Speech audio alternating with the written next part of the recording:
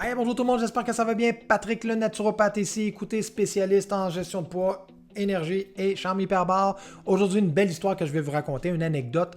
Pas une anecdote, je dirais plutôt une analogie pour vous expliquer un peu comment ça fonctionne, le sucre dans le sang chez les gens diabétiques surtout ou prédiabétiques. Juste pour essayer de comprendre un peu la mécanique derrière tout ça.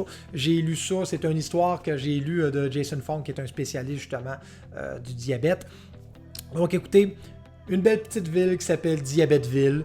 Vous restez sur la rue du Foie. Toutes les portes sont débarrées sur la rue du Foie. Les gens ont du plaisir, tout le monde se connaît. La vie est belle. Il y a Monsieur Insuline qui 3 fois par jour se promène dans la rue du Foie. Et lui, ce qu'il fait, il distribue du bonheur. Il amène des petites tasses de glucose 3 fois par jour aux gens. Les gens le prennent, ils le consomment. La vie est belle. Ha ha, que c'est le fun, que c'est bien. Et tout va super bien. Par contre, plus le temps passe, plus les gens commencent à se lasser du glucose, le tasse de glucose. Ils commencent à en avoir de plus en plus. Et ce qui se passe, c'est que M. Insuline, lui, ce qu'il fait, c'est que vu qu'il y a plus de glucose à se débarrasser, ce qu'il va faire, c'est qu'il ne servira plus des petites tasses, il va servir des chaudières. Fait que plus le temps avance, puis plus il commence à apporter des chaudières 3 fois par jour aux gens. Développe ton glucose, allez, c'est gratuit, go, go, go. Là, ça commence à faire du glucose dans ma maison. Dans chaque maison commence à avoir sa dose de glucose. Quoi. OK, monsieur Insuline, on est correct, on aimerait ça passer notre tour. Ah non, moi je veux pas perdre ma job. Moi, mon travail, c'est de vous livrer tout le glucose que j'ai ici. Donc, prenez-le, c'est gratuit, je vous le laisse. Moi, je veux pas perdre mon emploi, c'est mon emploi. Donc, à un moment donné, on commence à se tanner. Fait qu'est-ce qu'on fait? On barre notre porte. On barre la cellule, on barre la porte pour empêcher M. Insuline de venir porter du glucose. Là, M. Insuline, il est insistant, bang. Là, il veut pas perdre son travail. Fait qu'est-ce qu'il va faire? Il va appeler sa gang, de sa famille, ses cousins, ses cousines, ses frères, toute la gang Insuline arrive. Donc, ils vont être plus de M. Insuline à pousser et à défoncer. Le moment donné, il défonce les portes des maisons. Allez, prends le glucose, je te le dis, c'est gratuit, prends-le, il faut que c'est mon travail, prends-le. Fait que la maison se remplit de glucose encore de plus en plus. Là, à un moment donné, ça commence, comme ils disent, c'est la dose qui fait le poison. À un moment donné, ça commence à être trop de glucose au niveau de la maison. Les murs commencent à pourrir. La maison commence à avoir de la misère. On ferme ça à double tour. On met des plaques d'acier pour empêcher M. Insuline et sa gang d'entrer. C'est le commencement de la résistance à l'insuline, justement. C'est comme ça que ça commence. Parce que d'avoir un peu de glucose, c'est le fun. Mais à un moment donné, quand c'est ridiculement trop, on barre nos portes. Donc, à partir de là, M. Insuline, écoute, il appelle de plus en plus de cousins et de cousines, puis il appelle toute sa gang pour qu'ils viennent l'aider, défonce les portes, pousse le glucose. À partir de là, on les met dehors, on barre les portes. Écoute, on est en train de s'empoisonner, tout est en train de pourrir dans la maison, ça n'a aucun sens.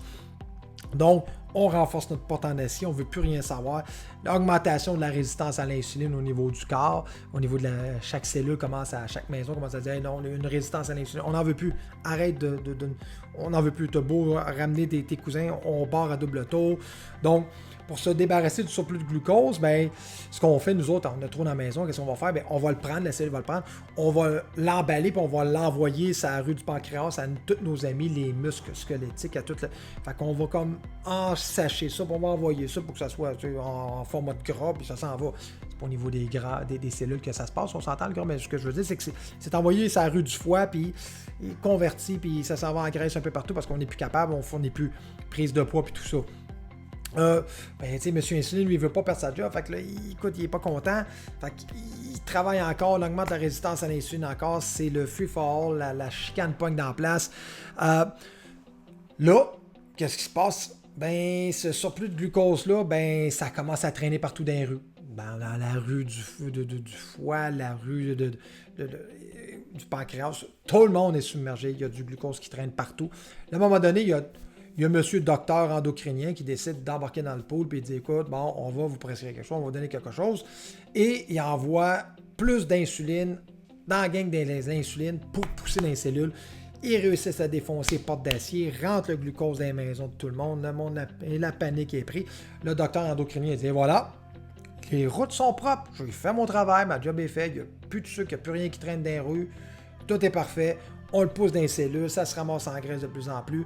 Et à un moment donné, plus ça avance encore, ça prend plus d'insuline, on engage plus d'insuline, on ship ça dans les rues, puis ça finit plus. À un moment donné, les cellules sont avec des gros Doberman pour bloquer tout ça. On essaie de... Là, c'est vraiment... Les maisons sont pleines, débordent. La résistance à l'insuline augmente de plus en plus. C'est néfaste et poison pour le corps. Donc, au final, la solution, ben, c'est où on envoie plus de monsieur insuline dans le clan des insulines pour pousser le plus possible dans cellules, ou tout simplement, ben, on vide on pourrait arriver puis couper les vivres du clan d'insuline. Comment est-ce qu'on fait ça? Ben, moins de glucose, moins de sucre. Si on va à la source et qu'on se débarrasse de la fourniture, le fournisseur de glucose et de sucre de monsieur insuline, ben à un moment donné, il va avoir moins d'insuline dans les rues pour de vrai, on va moins le pousser dans les cellules et tranquillement pas vite, la résistance à l'insuline va se réduire. Donc, les deux solutions, c'est ça. Ou on booste l'insuline, comme on le fait généralement avec la médicamentation, ou on coupe tout simplement l'arrivée du glucose et du sucre. De là, justement, tout ce qui touche, Jason Fung en parle, c'est une sommité là-dedans, là, tout ce qui touche jeûne intermittent, jeûne prolongé, 24, 36 heures, 72 heures, pour réussir à aider les gens qui sont prédiabétiques ou quoi que ce soit, ou les gens qui ont juste trop de sucre dans le sang ou qui veulent se débarrasser un peu du sucre, de purger tout ça et de faire du bien au système. Morale de l'histoire pour tous les gens qui consomment trop de sucre, les gens qui font de l'embonpoint ou les gens qui sont diabétiques de type 2, ben, c'est peut-être de se débarrasser du surplus de sucre au lieu de l'envoyer ailleurs dans le corps. C'était ma petite anecdote, j'espère que vous l'avez apprécié tout le monde. Commentez, partagez, consultation, faites-moi signe, il n'y a pas de problème. J'ai des formations sur le jeûne, justement, la gestion de poids, clinique, Charmy Père-Barre en clinique dans le Vieux-la-Prairie sur la rive sud de Montréal. Sur ce, je vous dis ciao et gardez la forme. Salut!